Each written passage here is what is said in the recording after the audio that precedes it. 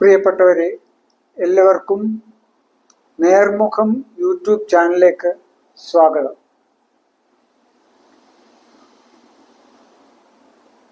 നമ്മുടെ പൂഞ്ഞാർ പുലി അവസാനം എലിയായി അകത്തു പോയിരിക്കുന്നു. പക്ഷെ അദ്ദേഹം എലിയായി നമ്മുടെ മുമ്പിൽ അഭിനയിക്കുകയായിരുന്നു എന്നാണ് ഇപ്പോഴത്തെ സംശയം. കാരണം ആരോഗ്യ കാരണങ്ങളാൽ അദ്ദേഹം ഹോസ്പിറ്റലിൽ പോവുകയും അവിടെ നിന്നും ഇപ്പോൾ കോട്ടയം മെഡിക്കൽ കോളേജിലെ ICUവിൽ ആയിരിക്കുകയുമാണ്.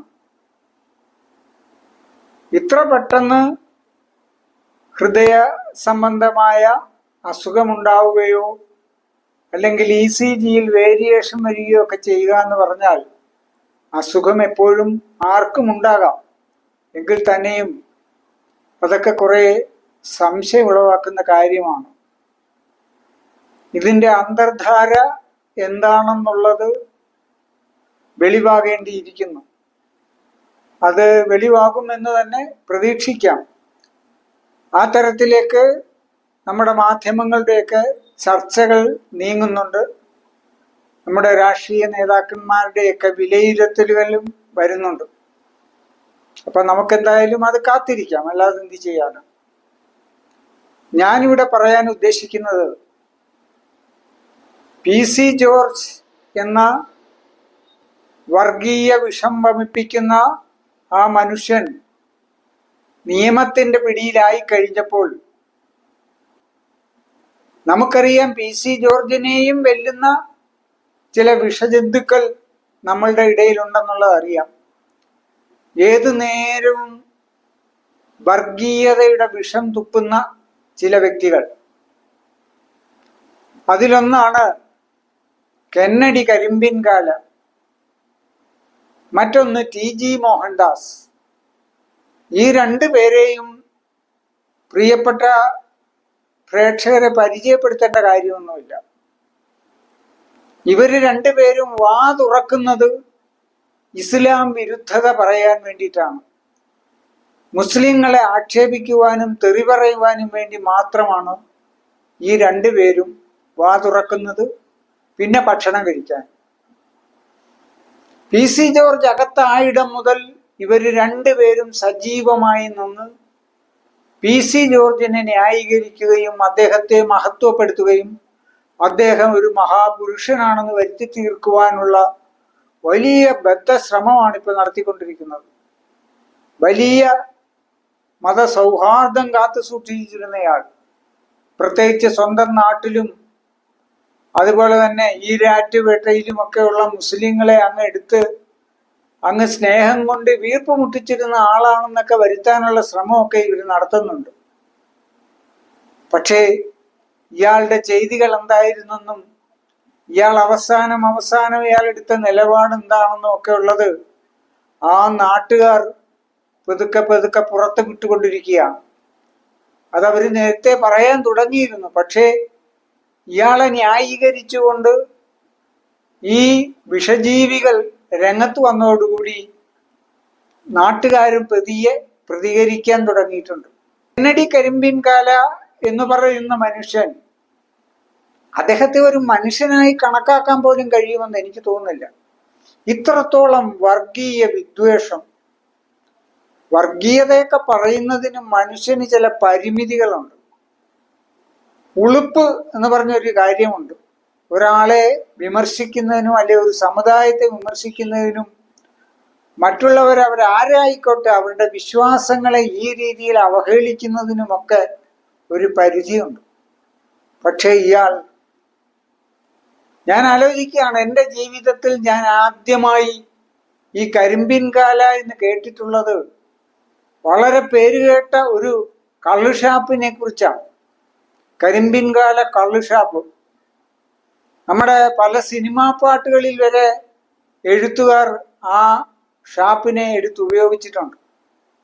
ആ കള്ളുഷാപ്പിന്റെ അതേ സംസ്കാരമാണ് ഈ മനുഷ്യൻ കാണുന്നത്. കള്ളുഷാപ്പിലുള്ളതിനേക്കാൾ വലിയ വളരെ മോശപ്പെട്ട സംസ്കാരമാണ് ഈ മനുഷ്യന് കാണുന്നത്. പിന്നെ ഈ കരിമ്പിൻകാല എന്നുള്ള ഒരു പേരിൽ ഞാൻ കേൾക്കുന്നത് ഈ മനുഷ്യനെ മാത്രമേ ഉള്ളൂ. അയാളുടെ വായിൽ നിന്ന് വരുന്ന വർഗീയ വിദ്വേഷം, അയാളുടെ ന്യായീകരണങ്ങൾ. നേരത്തെ ആ ബിഷപ്പുമായി ബന്ധപ്പെട്ട ആ പീഡന കേസിന്റെ കാലം മുതലാണ് ഇയാൾ രംഗത്ത് വരാൻ തുടങ്ങിയത്. അന്ന് ആ സാധുക്കളായ സിസ്റ്റർമാരെ പരക്കെ ആക്ഷേപിച്ചുകൊണ്ട് അവഹേളിച്ചുകൊണ്ട് അയാൾ നടത്തിയിട്ടുള്ള പരാമർശങ്ങളൊക്കെ നമുക്ക് മറക്കാൻ കഴിയുന്നതല്ല. അപ്പോൾ അയാൾക്ക് വിദ്വേഷമുള്ളത് മുസ്ലിങ്ങളോട് മാത്രമല്ല, സ്ത്രീ സമൂഹത്തോട് മൊത്തത്തിൽ, പ്രത്യേകിച്ച് സ്വന്തം സമുദായത്തിൽപ്പെട്ട സ്ത്രീകളോട്, ഈ ദൈവത്തിനു വേണ്ടി ജീവിതം അർപ്പിക്കപ്പെട്ട സിസ്റ്റർമാരോടൊക്കെ കാണിച്ചിട്ടുള്ള അയാളുടെ രീതികൾ, അയാളുടെ വാക്കുകൾ ഒന്നും നമുക്ക് മറക്കാൻ കഴിയുന്നില്ല. ആ സ്ഥിതി വെച്ച് നോക്കുമ്പോൾ അയാൾ ഇസ്ലാമിലെ അല്ലെ മുസ്ലിങ്ങളെ ആക്ഷേപിക്കുന്നതിൽ വലിയ അത്ഭുതമൊന്നും തോന്നുന്നില്ല. അതൊക്കെ അയാളിൽ നിന്ന് പ്രതീക്ഷിക്കാവുന്നതേ ഉള്ളൂ. പ്രത്യേകിച്ച് PC ജോർജിനെ പോലുള്ള ഒരു മാലിന്യത്തെ ശുദ്ധീകരിക്കാൻ നടത്തുന്ന ശ്രമം സ്വാഭാവികമായിട്ടും ഉണ്ടാകുന്നതാണ്. ഈ കെന്നഡി കരിമ്പിൻകാല എത്രത്തോളം ജനങ്ങൾക്കിടയിൽ അപഹാസ്യനാണെന്നുള്ളത് അറിയണമെങ്കിൽ ഈ കരിമ്പിൻകാലയെ കുറിച്ച് പരാമർശിക്കുന്ന വാർത്താ മാധ്യമങ്ങൾ, പ്രത്യേകിച്ച് വീഡിയോകളൊക്കെ ഒന്ന് പരിശോധിച്ചു കഴിഞ്ഞാൽ, അല്ലെങ്കിൽ ഫേസ്ബുക്കിനെ പോലുള്ള മാധ്യമങ്ങളിൽ വരുന്ന കമന്റുകൾ ഒന്ന് പരിശോധിച്ചാൽ നമുക്ക് മനസ്സിലാകും എത്രത്തോളം അയാളുടെ സമുദായം തന്നെ അയാളെ വെറുക്കുന്നുണ്ടെന്നുള്ളത്. ക്രിസംഗികൾ എന്ന് പറയുന്ന ഒരു വിഭാഗമുണ്ട്. സത്യക്രിസ്ത്യാനികളെ, നല്ല ക്രിസ്ത്യാനികളെ, മനുഷ്യരെ സ്നേഹത്തോട് കാണുന്ന ക്രിസ്ത്യാനികളെ കൂടി മോശപ്പെടുത്തുവാൻ വേണ്ടി ഉണ്ടാക്കിയിട്ടുള്ള വിരലിലെണ്ണാവുന്ന കുറെ തീവ്രവാദികൾ ചേർന്നുണ്ടാക്കിയതാണ് ഈ ക്രിസംഗികൾ.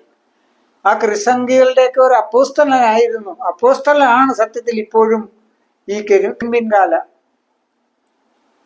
മറ്റൊരാളാണ് ഞാൻ പറഞ്ഞ ടി.ജി. മോഹൻദാസിനെ കുറിച്ച് പറഞ്ഞാൽ അയാൾ കുറച്ച് വിവരവും വിദ്യാഭ്യാസവും ഒക്കെ ഉള്ള ഒരു മനുഷ്യനാണ്. അദ്ദേഹം ഒരു വക്കീലാണ്. അയാൾ കുറെ വായനയും കാര്യങ്ങളും ഒക്കെ ഉള്ളതാണ്. പക്ഷെ അയാളുടെ ചിന്തകളും അയാളുടെ രീതികളും തീരെ അധപ്പതിച്ചു പോയി എന്നുള്ളതാണ്. സംസ്കാരം തൊട്ട് തീണ്ടിയിട്ടില്ല അയാളുടെ വാക്കുകളിലും അയാളുടെ പ്രഭാഷണങ്ങളിലും. മുസ്ലിങ്ങളെ കണക്കറ്റ് അവഹേളിക്കുക, കുറ്റം പറയുക, തെറി പറയുക, മുസ്ലിങ്ങളെ ആരെങ്കിലും മോശപ്പെടുത്തുകയാണെങ്കിൽ, ഈ മുസ്ലിങ്ങളിൽ നിന്ന് തന്നെ പുറത്തു പോയി നിൽക്കുന്ന കുറേ വിവരദോഷികളുണ്ട്. എക്സ് മുസ്ലിങ്ങൾ എന്ന പേരിൽ അറിയപ്പെടുന്ന കുറെ ആൾക്കാർ അവരുടെ ജീവിതത്തിന്റെ മുഴുവൻ സമയം അവർ ചെലവാക്കുന്നത് അവർ ജനിച്ചു വളർന്ന സ്വന്തം സമുദായത്തെ, അവരുടെ മാതാപിതാക്കൾ ഉൾക്കൊള്ളുന്ന ഇസ്ലാം സമുദായത്തെ ആക്ഷേപിക്കുക, അതിനെ അവഹേളിക്കുക, അതിനെ ഒറ്റപ്പെടുത്താനുള്ള പരിശ്രമം നടത്തുക, ഇതൊക്കെ തന്നെയാണ്.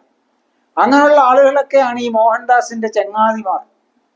അതിനകത്തെ മഹാവിദഗ്ധന്മാരെ കുറിച്ചൊക്കെ, ആരിഫ് ഹുസൈനെ കുറിച്ചും ജാമിദയെ കുറിച്ചും ഒക്കെ ഇദ്ദേഹം ഇരുന്ന് വർണ്ണിക്കുന്ന ആളാണ് ഈ മോഹൻദാസ്. വല്ലാത്ത വർണ്ണനയാണ് നടത്തുന്നത്. അതിൽ നിന്ന് തന്നെ ഇയാളുടെ മനസ്സിലെ വിഷം എത്രത്തോളം ഉണ്ടെന്നുള്ളത് നമുക്ക് കാണാൻ കഴിയും. ക്രിസ്ത്യാനികൾ ഹിന്ദുക്കളെ പോലെ ആയിത്തീരുന്നു എന്നുള്ളതാണ്. കഴിഞ്ഞൊരു ദിവസം ഞാനൊരു വീഡിയോയിൽ കണ്ടു, അദ്ദേഹം അതിനെക്കുറിച്ച് മാത്രം ഒരു വീഡിയോ ചെയ്തിട്ടുണ്ട്. ക്രിസ്ത്യൻ സമൂഹം ഹിന്ദുക്കളെ പോലെ ആയിരിക്കുന്നു. എന്താണ് ഹിന്ദുക്കളുടെ പ്രശ്നം? ഹിന്ദുക്കൾക്ക് ഊർജ്ജസ്വലത പോരാ. മുസ്ലിങ്ങളെ എതിർക്കാൻ, മുസ്ലിങ്ങളുടെ വർഗീയതയെ നേരിടാൻ, മുസ്ലിങ്ങളുമായിട്ട് ഫൈറ്റ് ചെയ്യാൻ കേരളത്തിലെ ഹിന്ദുക്കൾക്ക് ഉഷാറ് പോരാ. അവർക്കൊരു ഊർജ്ജസ്വലത പോരാ. അവർ മടിയന്മാരായിട്ട് പുറകോട്ട് ഒതുങ്ങി മാറുന്ന ഒരു സ്ഥിതിയാണ്. അതുകൊണ്ട് ഈ മുസ്ലിങ്ങളെല്ലാം കയറി കേരളത്തിലെ ഹിന്ദുക്കളെ അങ്ങ് മേയുകയാണെന്നാണ് ഇയാളുടെ ഏറ്റവും വലിയ പരാതി. ഈ വിവരം കെട്ട മനുഷ്യൻ മനസ്സിലാക്കുന്നില്ല, ഈ കേരളം പോലുള്ള ഒരു സംസ്ഥാനത്തിന്റെ നിലനിൽപ്പ് തന്നെ ഇവിടുത്തെ ഹിന്ദു മുസ്ലിം ക്രിസ്ത്യൻ മതമൈത്രിയിലൂന്നിയാണെന്ന്. ഇത്രയൊക്കെ ഇവരെ പോലുള്ള വിഷജന്തുക്കൾ കയറി മേഞ്ഞിട്ടും ഈ നാട് നിലനിന്ന് പോകുന്നത് ആ മതമൈത്രിയുടെ മഹത്വം ഇന്നും മഹാഭൂരിപക്ഷം ജനങ്ങളും കാത്തു സൂക്ഷിക്കുന്നത് കൊണ്ടാണ്. എവിടെയും അവർ സമാധാനപ്രിയരാണ്. എവിടെയും നമ്മൾ കാണുന്നത് അവർ പരസ്പരം സഹായിക്കാൻ സന്നദ്ധരാകുന്നതാണ്.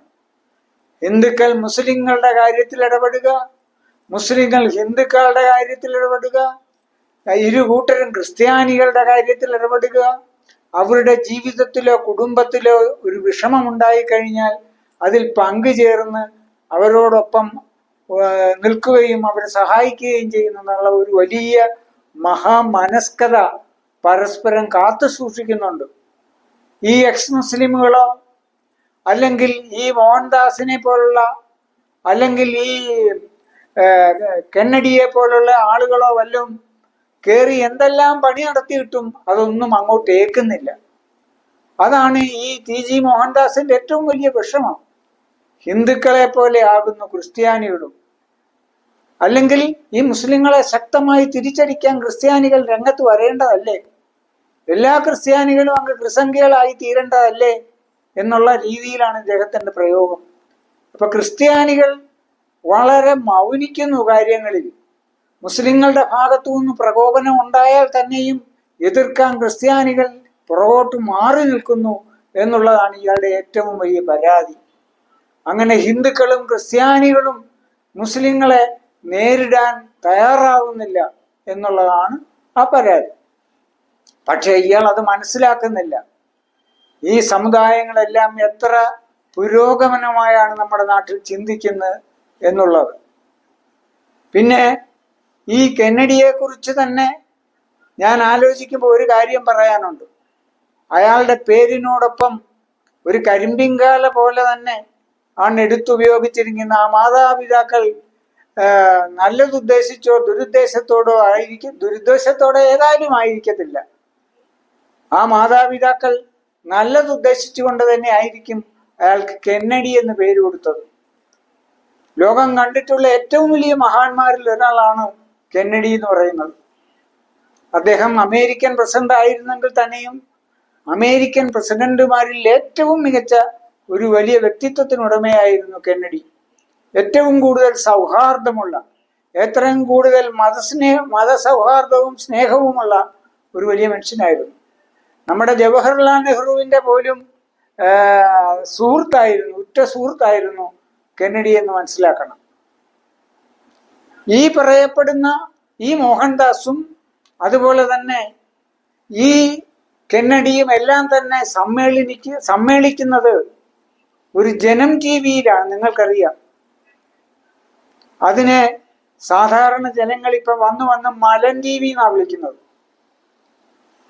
ഒരു അനിൽ നമ്പ്യാർ, അയാളുടെ ഒരേ ഒരു ലക്ഷ്യം നാട്ടിൽ കലാപമുണ്ടാക്കുക, ഇസ്ലാം മത വിരുദ്ധത പ്രകടിപ്പിക്കുക, ഇസ്ലാമിനോടുള്ള വൈരുദ്ധ്യം കൂടുതൽ വർദ്ധിപ്പിക്കുക. അതിന് ഈ തരത്തിലുള്ള സംഘികളെയും ക്രിസംഘികളെയൊക്കെ വിളിച്ചിരുത്തിക്കൊണ്ടാണ് അവരുടെ ഏറ്റവും വലിയ ചർച്ച നടക്കുന്നത്. ഈ ജാമിദയെ പോലെയുള്ള, ഈ ആരിഫ് ഹുസൈനെ പോലെയുള്ള എക്സ് മുസ്ലിമുകളെ എല്ലാം വിളിച്ചിരുത്തി ഓരോ വിഷയം കൊടുത്തിട്ട് ആ വിഷയത്തിനിടയിലൂടെ ഇയാൾ പ്രേരണ കൊടുത്തുകൊണ്ടാണ് ഈ ചർച്ചകൾ ഇയാൾ മുന്നോട്ട് കൊണ്ടുപോകുന്നത്. അതാണ് ഈ മലൻ TV ചെയ്തുകൊണ്ടിരിക്കുന്നത്. ഇതെല്ലാം നമ്മുടെ സാമൂഹിക അന്തരീക്ഷത്തെ ആകെ അങ്ങേയറ്റം മലീമസപ്പെടുത്തുന്ന ഒരവസ്ഥയാണുള്ളത്. അതെടുത്തു പറയാതിരിക്കാൻ വയ്യ.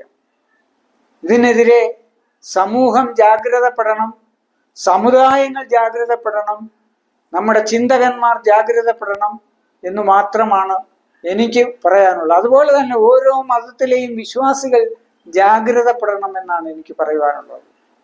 ഞാൻ അധികം ദീർഘിപ്പിക്കുന്നില്ല. ഈ വീഡിയോ ഇവിടെ അവസാനിപ്പിക്കുന്നു. നിങ്ങളുടെ സഹകരണത്തിന് നന്ദിയുണ്ട്. തുടർന്നും ഇനിയും ഈ ചാനൽ സബ്സ്ക്രൈബ് ചെയ്തിട്ടില്ലാത്തവർ സബ്സ്ക്രൈബ് ചെയ്യുക. നിങ്ങളുടെ കമൻറ്റും ലൈക്കും രേഖപ്പെടുത്തിക്കൊണ്ട് തുടർന്നും സഹകരിക്കുക എന്ന് മാത്രം പറഞ്ഞുകൊണ്ട് ഞാൻ നിർത്തുന്നു. നമസ്കാരം.